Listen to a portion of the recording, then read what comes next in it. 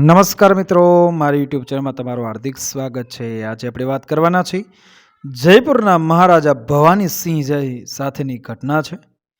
જ્યારે જયપુરના મહારાજા શ્રી ભવાની સિંહજી ઇંગ્લેન્ડમાં અભ્યાસ કરવા ગયા હતા, ત્યારે જયપુર એક સ્વતંત્ર રજવાડું હતું, જેનું શાસન તેમના પિતા દ્વારા કરવામાં આવતું હતું.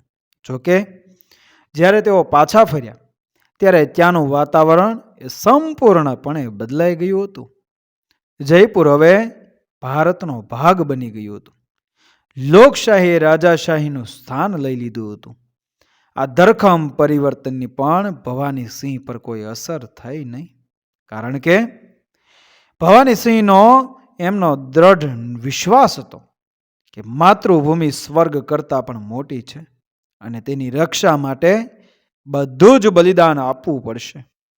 સરકારની વ્યવસ્થા લોકશાહી હોય કે રાજાશાહી, તેનાથી કોઈ ફરક પડતો નથી. આ વિચારને અમલમાં મૂકવા માટે આ રાજકુમાર વિદેશ અભ્યાસમાંથી પાછા ફર્યા. પોતાની બધી વૈભવી સુવિધાઓ છોડીને 1951માં સેનામાં જોડાયા. એમણે બાંગ્લાદેશની મુક્તિ માટે રચાયેલી મુક્તિ બહિનીને પણ તાલીમ આપી. 1971માં નિર્ણાયક ભારત પાકિસ્તાન યુદ્ધ ફાટી નીકળ્યું હતું. ભવાની સિંહ 10મી પેરા રેજિમેન્ટનું કમાન્ડિંગ કરી રહ્યા હતા. તે સમયે ભવાની સિંહને 2 માહિતી મળી હતી. સરકારે રાજાઓ અને રાજકુમારોને આપવામાં આવતા લાભો નાબૂદ કર્યા હતા. બીજું કે તમારે દેશની પશ્ચિમ સરહદ પર યુદ્ધની જવાબદારી સંભાળવી પડશે. ભવાની સિંહે કોઈ પણ ફરિયાદ વિના ઉત્સાહ અને જુસ્સા સાથે યુદ્ધના મેદાનમાં કૂચ કરી. આ યુદ્ધમાં ભવાની સિંહે પોતાના કમાન્ડોને પેરાશૂટ દ્વારા ઉતાર્યા.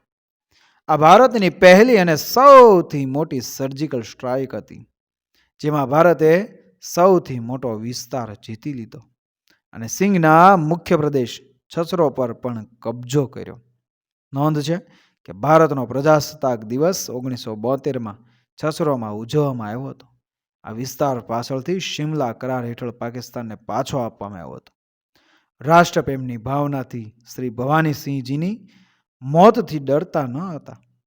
जिस दर्द से कोई मकतल पे गया वो शान सलामत रहती है, ये जान तो आनी जानी है, इस जहाँ की कोई बात नहीं. યુદ્ધ પછી ભવાની સિંહને બીજા ક્રમનું સર્વોચ્ચ લશ્કરી સન્માન મહાવીર ચક્ર એનાયત કરવામાં આવ્યું હતું અને તેમની રેજિમેન્ટને 10 શૌર્ય ચક્ર પણ એનાયત કરવામાં આવ્યા હતા. 1974માં ભવાની સિંહે સ્વૈચ્છિક નિવૃત્તિ લીધી. એમણે સેના દ્વારા રાષ્ટ્રની 23 વર્ષની સેવા માટે કોઈ પગાર લીધો ન હતો. વડાપ્રધાન અને રાષ્ટ્રપતિ પણ ભવાની સિંહની બહાદુરી અને દેશભક્તિથી વાકેફ હતા. તેથી નિવૃત્તિ પછી પણ તેમને શ્રીલંકામાં ઓપરેશન પવનમાં ભાગ લેવા માટે ખાસ વિનંતી કરવામાં આવી હતી, જેને તેમણે સ્વીકારી અને ફરી એકવાર રાષ્ટ્રની અપેક્ષાઓ પર ખરા ઉતર્યા.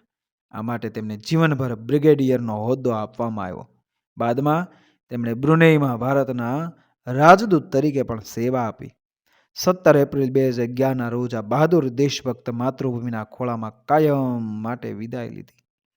જ્યારે સાહિત્ય અને સિનેમાએ હજુ સુધી આ મહાન યોદ્ધા બ્રિગેડિયર ભવાની સિંહ પર ધ્યાન આપ્યું નથી, જેમણે સ્વતંત્રતા સંગ્રામ દરમિયાન પોતાના તમામ સુખ સુવિધાઓનું બલિદાન આપીને રાષ્ટ્ર માટે કર્મયોગનું એક અનોખું ઉદાહરણ સ્થાપિત કર્યું છે. સેનામાં 23 વર્ષની બહાદુરી સેવા છતાં બ્રિગેડિયર ભવાની સિંહને કટોકટી દરમિયાન જેલમાં ધકેલી દેવામાં આવ્યા હતા. ન તો સન્માનનો પ્રેમ કે ન તો અપમાનનો ડર. આ વાક્ય કદાચ આપના માટે હતું. મિત્રો, વિડીયો પસંદ આવ્યો મારી ચેનલ સબસ્ક્રાઈબ કરો, ફોલો કરો, શેર કરો. મળીએ આવી જ ઘટનાને પ્રેરણાદાયક વાર્તાઓ સાથે, આપણા ઇતિહાસ સાથે, આપણી સંસ્કૃતિ સાથે. બન્યા રહ્યો મારી ચેનલ સાથે. મળીશું આગળના વિડીયોમાં. બન્યા રહેજો. જય શ્રી કૃષ્ણ. રાધે રાધે. જય ભવાની.